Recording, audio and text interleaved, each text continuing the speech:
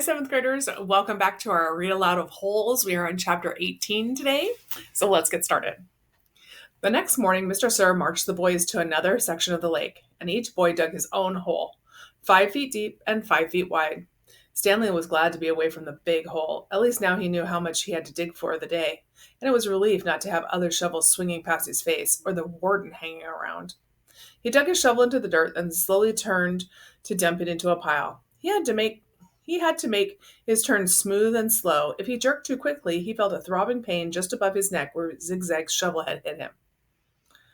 That part of his head between his neck and his ear was considerably swollen. There were no mirrors in camp, but he imagined he looked like he had a hard-boiled egg sticking out of him. The remainder of his body hardly hurt at all. His muscles had strengthened, and his hands were tough and calloused. He was still the slowest digger, but not all that much slower than Magnet. Less than 30 minutes after Magnet returned to camp, Stanley spat into his hole. After his shower, he put his dirty clothes in his crate and got out his box of stationery. He stayed in the tent to write a letter so Squid and the other boys wouldn't make fun of him for writing to his mother. Dear Mom and Dad, camp is hard, but challenging. We've been running obstacle courses and have to swim long distances on the lake. Tomorrow we learn. He stopped writing as Zero walked into the tent, then returned to his letter. He didn't care what Zero thought. Zero was nobody. To rock climb. I know that sounds scary, but don't worry. Zero was standing beside him now, watching him write. Stanley turned and felt his neck throb. I don't like it when you read over my shoulder, okay? Zero said nothing. I'll be careful. It's not all fun and games here, but I think I'm getting a lot out of it. It builds character. The other boys. Oh, I don't know how, said Zero. What?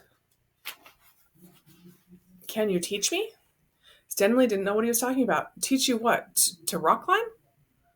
Zero stared at him with penetrating eyes. What? Said Stanley. He was hot, tired, and sore. I want to learn to read and write, said Zero. Stanley let out a short laugh. He wasn't laughing at Zero. He was just surprised. All this time he had thought Zero was reading over his shoulder. Sorry, he said. I don't know how to teach. After digging all day, he didn't have enough strength to try to teach Zero to read and write. He needed to save his energy for the people who counted. You don't have to teach me to write, said Zero. Just to read. I don't have anybody to write to. Sorry, Stanley said again. His muscles and hands weren't the only parts of his body that had toughened over the past several weeks. His heart had hardened as well.